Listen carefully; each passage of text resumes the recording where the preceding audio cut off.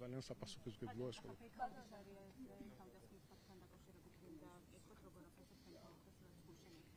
ნუ სამარცხვინო და სამწუხარო ფაქტი, ესე იგი ამ ადამიანის სახეებს რომ უყურებდი, ნუ არ ვიცი, უბრალოდ წარმოუდგენელია, მაიკ ჯექსონის ცოცხალი რომ იყოს ტრილერს ალბათ მათი ჩართულობით თავიდან გადაიღებდა.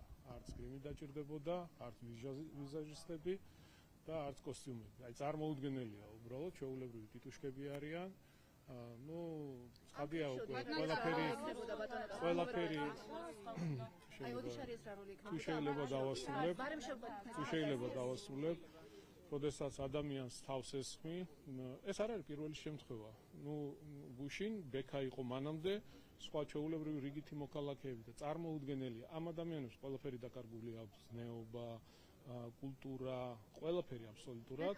იმ მდგომარეობაში, რა მდგომარეობაშიც იმყოფებიან, ნუ მე ადამიანურად თანავუგზნობ და გული მტკივა, რომ ჩემი ქვეყნის მოქალაქე მე რა შეიძლება სხვა რაღაც პოლიტიკური შეხედულება კონდეს ამ მდგომარეობაში, როდესაც ხედავ ადამიანს ძალიან მძიმე, ძალიან მძიმე. ბატონო, ეს ვიდეო ნახეთ, ბექაუდი შარიას ეს ვიდეო მინდა გაჩვენოთ. ბატონო, კახა, თუ შეიძლება ეს თემა ამოვშენოთ რა. ბატონო, კახა, ეს ვიდეო ნანახი გაქვთ, სადაც ბექაუდი შარია ადინებს მოქალაქეებს. ბატონო, კახა. ეს ვიდეო ნანახი გაქვთ შარიაზე. ყველას გიპასუხოთ, ხო, აქ დავდეთ იმისთვის, რომ გიპასუხოთ და ხო არა ეს ვიდეო თუ გაქვთ ნანახი, სადაც ოდიშარია ადინებს. მაქვს ნანახი, როდესაც ადამიანს აყენებ შეურაცხყოფას, ლანძღავ, არ გასწავთ რა გინებები იყო მის წინააღმდეგ, ხო? ნუ ადამიანები ვართ, აბა რა გინდა ეხლა თქვენ მაგინოთ და მე დავდგე და უიმე თქვენ გენაცვალეთ. მაგის სტანდარტი კაც ადამიანი მიდის შეურაცხყოფებს აყენებს, მაგრამ ქართული ოცნების რიგებში თუ კიდევ ერთხელ ვიმეორებ, შეურაცხყოფა არის კატეგორიულად მიუღებელი და არ ვემხრობი ამას. უთხრება მოგწონთ მოქალაქეების მისამართით, იმიტომ რომ თქვენი ახალგაზრდობის ლიდერმა აფურთხა გუშინ საქართველოს მოქალაქეებს. კიდევ ერთხელ ვიმეორებ, რა იდგნენ ადამიანები, მივიდა და ფურთხება დაიწყო. ამ ვიდეოსაც გაჩვენეთ. უსინდისოები ხართ, უბრალოდ უსინდისოები ხართ, რომ აი ასე იტყუებით. მთელი საღამოს განმავლობაში ადამიანები დაკავებულები იყვნენ შეურაცხყოფით, დინებით, რაღაცეებს ისროდნენ. წარმოუდგენელია უბრალოდ. რა თქმა უნდა, ჩვენ შეიძლება გქონდეს განსხვავებული პოლიტიკური შეხედულებები, განსხვავებული ხედვები, მაგრამ ყველაფერზე უნდა დავდგეთ, პატივი ვცეთ ჩვენს ქვეყანას, პატივი ვცეთ ჩვენს კულტურას, ტრადიციებს და ერთმანეთს არ მივაყენოთ არც ფიზიკური, არც სიტყვიერი შეურაცხყოფა. ეს ეხება ყველას. ეს ვიდეო მინდა გაჩვენოთ. თქვენ ხო თქვით ბატონო კახა რომ იგინებითა და მტკიცებულება არსებობს გიორგი შუკვანი როგორ აფურთხებს მოქალაქეებს. ბატონო კახა ამაზე საუბრობთ თქვენ ბოლო წლების განმავლობაში გასნიშნავს ეს განცხადება. არაფერი, ნუ პირდაპირ მოწოდებები იყო, ხო, ამას ჩვენ ხო არ ვიგონებთ ეხა. ერთია ის კაბინეტებში რაც ხდებოდა, პირდაპირ მუხარები პრემიერ-მინისტრის მისამართით, პარტიის თავმჯდომარის მისამართით, რომ ქვეყანაში მეორე ფრონტი გახსნილიყო და უზრუნველყოფილი ვიქნებოდით ყველანაირი საბრძოლო მასალით, ხო? გარდა ამისა, გამოდიოდნენ მაღალი თანამდებობის პირები, უკრაინის უშიშროების დივანი იყო, მე მგონი, გამოვიდა და პირდაპირ თქვა, რომ საქართველოს უნდა შეგვეხიდოს და მეორე ფრონტი გაიხსნასო.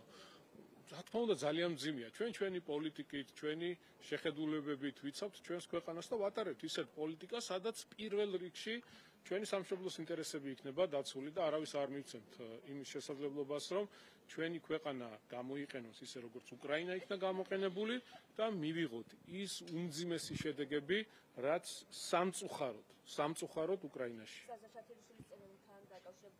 რომელიც გამოქვეყნდა ის კვლავ საუბრობს ეგრეთ წოდებული დიფტეიზე ჩვენ პრეზიდენტის წერილიც ვიკითხეთ რამდენიმე ხის წინ, როგორც ვფიქრობ, ამერიკის შეერთებული შტატები რატომ არ ხედავთ საიმ ახალი ფუძლები დაიწყოს ურთიერთობების გადაწყვეტა რა თქვენ გაცხადებთ? ხო, დაველოდოთ, ალბათ შეიძლება ელჩის დანიშვნას ელოდებიან, ჩვენ არაერთხელ გამოხატეთ მზაობა და კიდევ ერთხელ ვადასტურებ, როგორც პარტიის გენერალური მდივანი, დედაქალაქის მერი, გვაქვს სრული მზაობა იმისა, რომ ურთიერთობები დავიწყოთ ახალი ფურცლიდან, გავაღრმავოთ, მეგობრული გავხადოთ. წერილში ძალიან ვრცლად იყო ნახსენები თუ რამდენად დიდ როლს ვანიჭებთ ამერიკის შეერთებულ შტატებთან კარგ და მეგობრულ ურთიერთობას, სტრატეგიულ პარტნიორობას და ქართული ოცნება დემოკრატიული საქართველოს ხელისუფლება მზად არის ამ ყველაფერს. წერილებზე პასუხებს რატომ არიღებთ, როგორ ფიქრობთ? ორი წერილი გააგზავნეთ და პასუხი არ მიგიღებთ. რატომ არიღებთ, როგორ ფიქრობთ? დაველოდოთ. მე მესმის, რომ ძალიან მძიმე პროცესები მიდის ზოგადად მსოფლიოში, ხედავთ ყველა თუ რა მდგომარეობა, რა ხდება. თავარი ორი დაპირება, რომელიც ჩვენ მოვისმინეთ პრეზიდენტ ტრამპისგან, პირველი იყო ომის დასრულება, რომელიც ჯერ შესრულებული არ არის, პროცესი მიმდინარეობს და Deep State-ის დამარცხება. Deep State-ის, რომელიც დაკავებული იყო სხვადასხვა სახელმწიფოებში ხელისუფლების დამხობით, სახელმწიფო გადატრიალების მცდელობით და იყენებდა სხვადასხვა გზას დაფინანსებებს არასამთავრობო ორგანიზაციების გავლით. ეს ყველაფერი ცხადი გახდა ყველასთვის, რას ემსახურებოდა ქვეყანაში ეგრეთ წოდებული არასამთავრობო ორგანიზაციები. ჩვენ გულშემატკივროთ პრეზიდენტ ტრამპს. პირველი ის დაპირება, რაც იყო ომის დასრულება, რა თქმა უნდა, ძალიან მნიშვნელოვანი არის და მშვიდობა გვინდა უსურვოთ უკრაინას, უკრაინელ ხალხს და რა თქმა უნდა Deep State-ის დამარცხება. ეს ყველაფერი უნდა აისახოს, რა თქმა უნდა, ასევე ჩვენ ქვეყანაზე და ურთიერთობაზე, რაზეც საუბრობთ. შემატკივრობა ბატონო კახა და ზაზა შათილიშვილი ამ წერილში აღნიშნავს, რომ ტრამპიც, ვენსიც და მისი გუნდის სხვა ლიდერებიც წარმოადგენენ Deep State-ს და ცდილობენ არა მის დამარცხებას, არამედ მის რებრენდინგს. ამას ეთანხმებით? აი, ნახოთ, ვაკვირდებით პროცესებს, ხო? ანუ არ გამორიცხავთ, რომ ტრამპიც Deep State-ს დაველოდოთ, ჯერ მთავარი დაპირებები, რაც იყო შესრულებული არ არის, პროცესი მიმდინარეობს და დავაკვირდეთ. ჩვენ გულშემატკივრობთ ტრამპს. 20 იანვარი გახსოვთ ბატონო კახა? გახსოვთ რა თარიღია 20 იანვარი? თქვენ 20 იანვარზე ამბობთ, დაპირებაში იყო მნიშვნელოვანი თარიღი 20 იანვარი. როცა რა თქმა უნდა, თქვენ ხედავთ დღეს რა მდგომარეობა. კი, აბსოლუტურად რადიკალურად განსხვავებული მდგომარეობა, რაც იყო 20 იანვრამდე. ვერ ხედავთ რა ხდება მსოფლიოში.